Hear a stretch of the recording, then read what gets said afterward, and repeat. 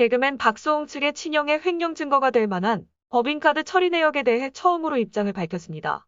박수홍의 노종원 변호사는 박수홍 친형 횡령 혐의 정황을 자세하게 설명하면서 알 수 없는 법인 비용 처리가 있었다고 밝혔습니다.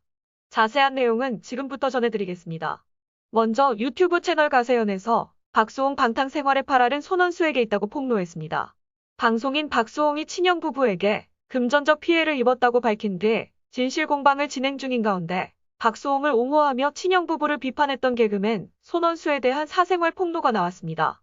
유튜브 채널 가세연은 지난 8일 박수홍 손원수 간장게장, 클럽, 도박, 사채라는 제목의 영상을 올렸습니다. 가세연은 지난 8일 유튜브 채널을 통해 박수홍에 관한 이야기를 꺼내며 그의 후배 손원수를 언급했습니다. 출연자 김용호는 손원수가 과거 한 방송에서 사업하다 사채 빚이 생겨 한 달 이자만 800만 원이라고 했는데 거짓말이라며 사업한다며 지인 A씨에게 투자 명목으로 2억 5천만 원을 받아놓고 사업도 안 하고 몇 년 후엔 연락을 끊었다고 주장했습니다. 이어 손원수가 투자를 잘못한 것이니 반만 갚겠다고 해서 A씨가 받아들였는데 그마저도 갚지 않아 결국 소송으로 이어져 법원의 판결을 받은 것이라며 A씨에게 직접 받은 판결문과 각서도 공개했습니다. 해당 판결문에는 피고는 원고에게 1억 1천만 원과 이에 대해 2020년 12월 26일부터 다 갚는 날까지 연 12%의 비율로 계산한 돈을 지급하라고 나와 있습니다.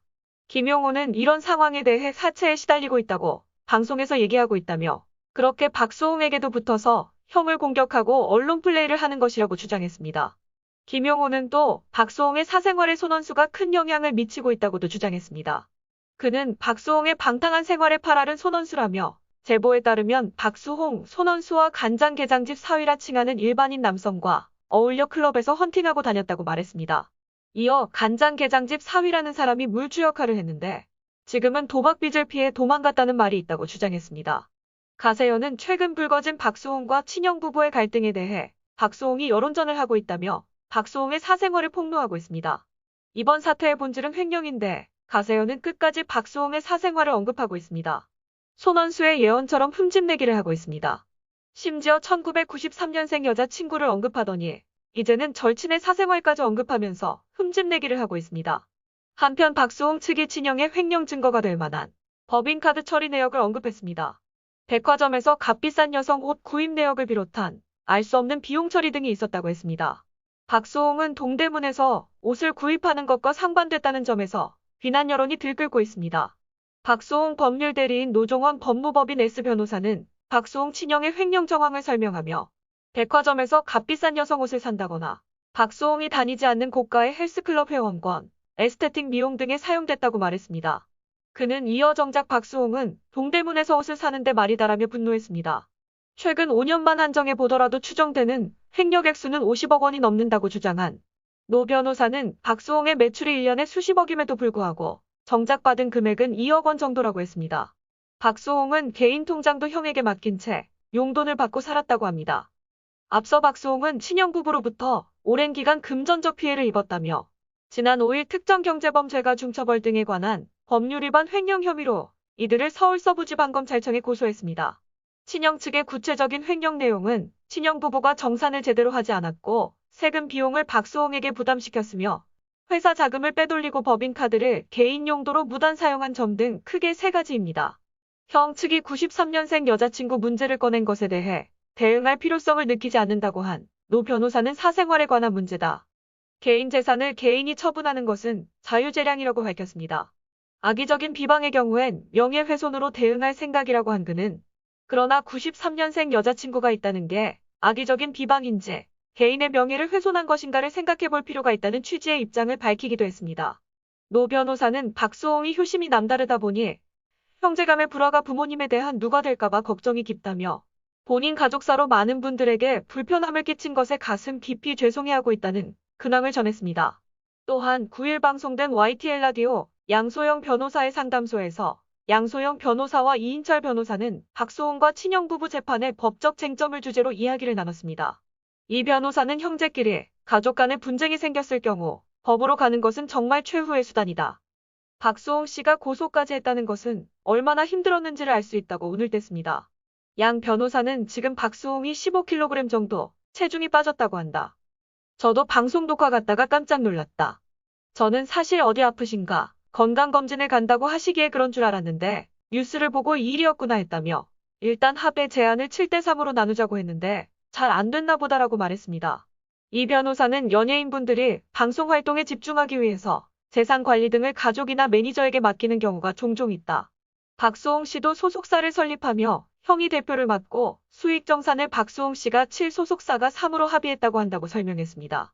이어 30년 정도 하셨는데 1년에 수입이 많을 땐 수십억 정도 번다고 한다.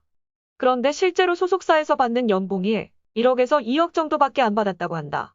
그럼 나머지 금액은 어디 있냐고 해서 박수홍 씨가 정산을 해보니 상당 부분이 소입인 것 같아서 이게 횡령이 되는 것 아닌가 싶어 고소장을 접수한 것으로 보인다고 설명했습니다. 양 변호사가 연봉이 박수홍 씨는 2억, 형은 10억 이런 식으로 되어 있다고 한다. 이게 횡령이 되냐고 질문했습니다. 이 변호사는 애매하긴 하다. 형이 소속사 대표기 때문에 형도 정당하게 일을 해서 월급을 받은 것이라면 횡령이 될 수 없다.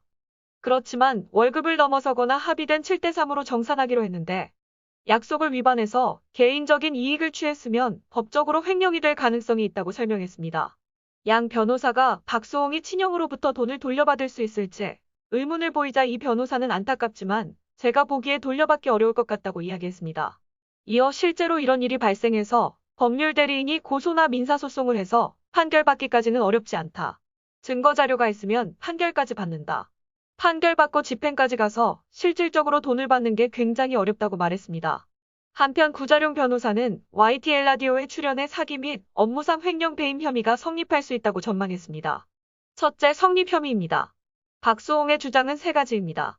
친형 부부가 정산을 제대로 하지 않았고 세금 비용을 박수홍에게 부담시켰으며 회사 자금을 빼돌리고 법인카드를 개인 용도로 무단 사용했다는 것입니다.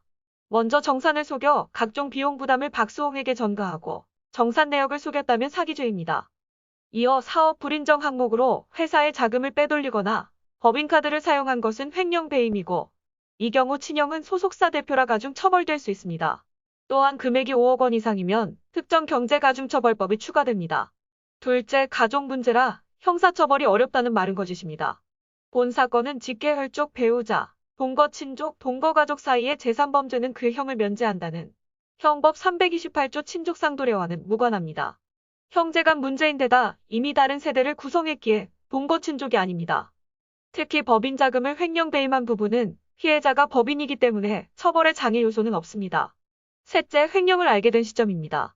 2020년 12월 착한 임대인 캠페인에 동참하는 과정에서 박수홍이 친형의 횡령을 알았다고 말하지만 이미 7월 박수홍과 형은 매니지먼트 관계를 종료합니다. 따라서 박수홍이 형의 문제를 인지했던 시점은 2020년 초로 거슬러 올라갑니다. 하지만 각종 혐의가 오랜 기간에 걸쳐 진행된 바 혐의별로 고소 가능 기간 종료도 예상될 수 있습니다. 또한 박수홍이 사건을 인지한 시점도 쟁점입니다.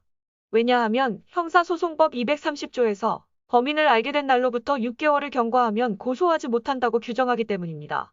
이 부분은 추후 법정에서 논의될 사항입니다. 넷째, 민사적으로 박수홍이 불리할 수 있습니다. 먼저 법인인 소속사가 친형에게 횡령에 대한 손해배상을 받은 후에 박수홍이 미정산 부분을 되찾아가는 순서인데 문제는 법인 대표가 친형이라는 점입니다. 박수홍이 임원도 아니고 지분도 없는 상태에서 대표인 형과 임원인 형수가 소송에 협조적일 리가 없습니다. 결국 민사소송은 장기전이 될 것입니다. 여기에 민형사 과정에서 자금 흐름을 과세당국이 들여다본다면 탈세 문제도 추가로 발생할 수도 있습니다. 이에 박수홍은 소송 예고에 앞서 친형과의 대화를 요청했고 친형과 자신의 재산을 공유한 후 다시 7대3으로 나누자고 제안했습니다. 사실 박수홍이 벌어들인 수익이므로 여기에 대한 수익 재배분은 일견 합당하게 보입니다. 하지만 친형은 만남 당일에 딸이 아프다며 일방적으로 약속을 취소했다고 전해집니다. 이후 친형 측에서는 박수홍 여친설, 불효자설, 명품 소비설, 클럽 과소비설, 도박설 등의 언론 플레이에 나섰습니다. 여기에 가세현 등 유튜버들은 박수홍이 깨끗하지 않고 이미지는 만들어진 것이라고 주장합니다. 명백한 점은 박수홍과 친형이 다투는 재산이 박수홍의 수입에서 출발했다는 것입니다. 자신이 번 돈 때문에 공격받고 있으며 긴 고소전에서 이기더라도 이미지에 흠집이 갈 것은 분명하기에 박수홍은 불리합니다. 박수홍의 기부금마저도 세금을 덜 내기 위한 수단이라 폄하하고 나선 친형이 속한 이유입니다. 시청해주셔서 감사합니다.